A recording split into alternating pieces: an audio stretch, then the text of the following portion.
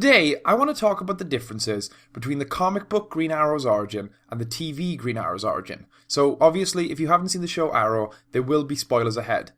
So, fans have recently been praising the show Arrow for their strides to bring more and more elements from the comics to the screen. They finally named the city Star City, Oliver is going by the name Green Arrow, and they even have crossover events.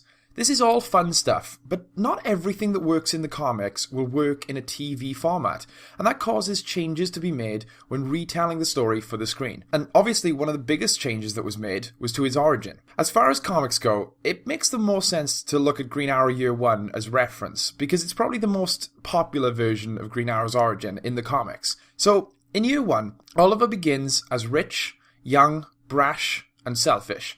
Pretty much exactly like he is in the show before the boat. Now the boat is where the differences actually begin. In Year 1, Oliver has a bodyguard who is also pretty much his only friend. I can't help but think this may have inspired the character of John Diggle. Anyway, getting back to the boat. When the comic book Oliver Queen drunkenly embarrasses himself at a charity fundraiser, he forces his bodyguard / friend to take Oliver with him on his business trip. If this is all sounding odd to you, it's probably because you may know a different version of the story.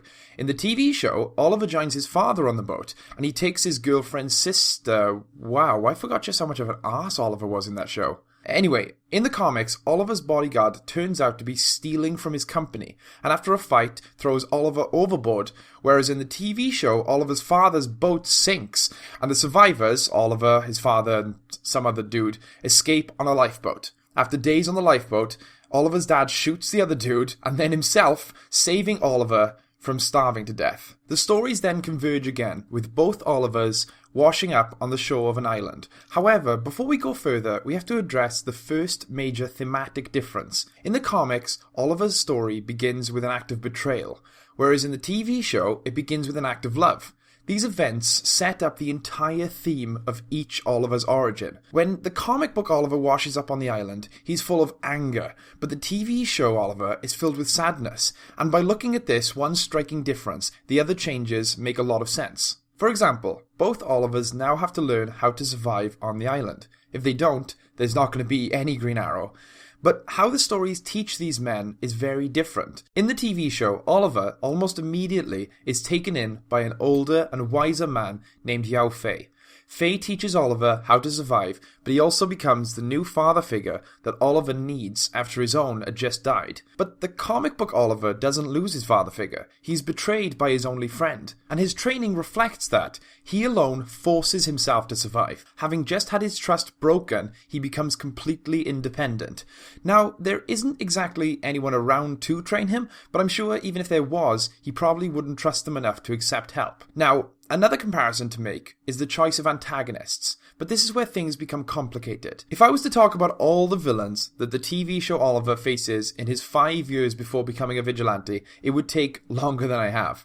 It would also be kind of impossible, because as of writing this episode, the show is only on its 4th year of the origin, so I'm going to focus on Year 1 of his time on the island. Anyway, both the comic and the show feature two villains who are doing evil things on the island. A big bad strategist, and a brute who is somehow connected to the main characters. I'll get to the reason I said main characters and not Oliver in a second.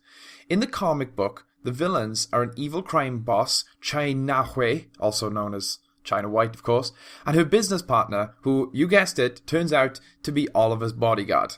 / friend, although not really anymore. However, in the TV show, the villains are the evil military boss, Edward Fires, and his crony, Billy Wintergreen. Now, this is where an even bigger difference emerges. You see, the show Arrow is the story of Oliver Queen, but it is also the story of his family, his friends, and even his villains. And this is reflected in his origin, with the introduction of my favourite comic book character and Oliver's third father figure, Slade Wilson. When Slade is introduced in the TV show, the two stories become very different, and it's hard to even see further similarities. This is because the comic book Oliver is alone. It's entirely his story. But now, the TV show is no longer just telling the origin of Green Arrow, but also the origin of Deathstroke. In the comic book, Oliver struggles to overcome many obstacles, most notably a horrific opium addiction that he struggles with after his arm is brutally snapped.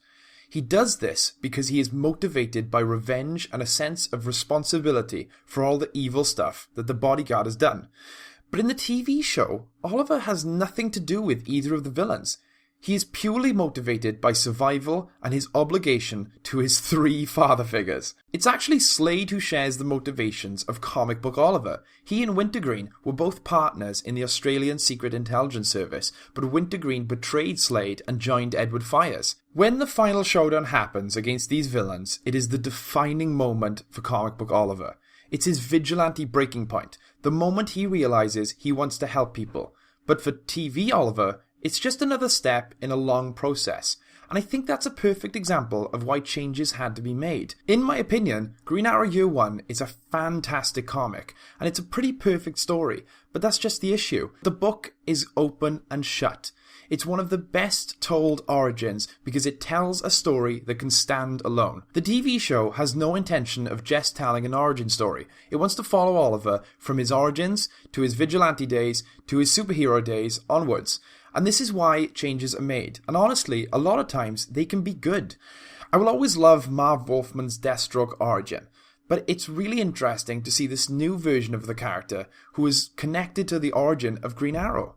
So maybe we should stay open-minded. Change is scary, but it can also be good. Although, I would like to see that hat make an appearance. Come on, CW. You know you want to. I've been Cameron Morris, and this was Comic Talk. Hey guys, I hope you enjoyed that video. Now, judging by my t-shirt, I'm clearly a children's presenter, so you can trust me when I say that Man on Fire Films is a place for all people. It's great, it's amazing. Like the video, favorite the video, subscribe to the channel, watch more videos, and also we have a store where you can buy stuff, so you should probably go there, do some stuff. Oh, I just realized I'm out of breath. Oh fuck. I gotta run again. You can't reference other outro plugs in and outro plugs.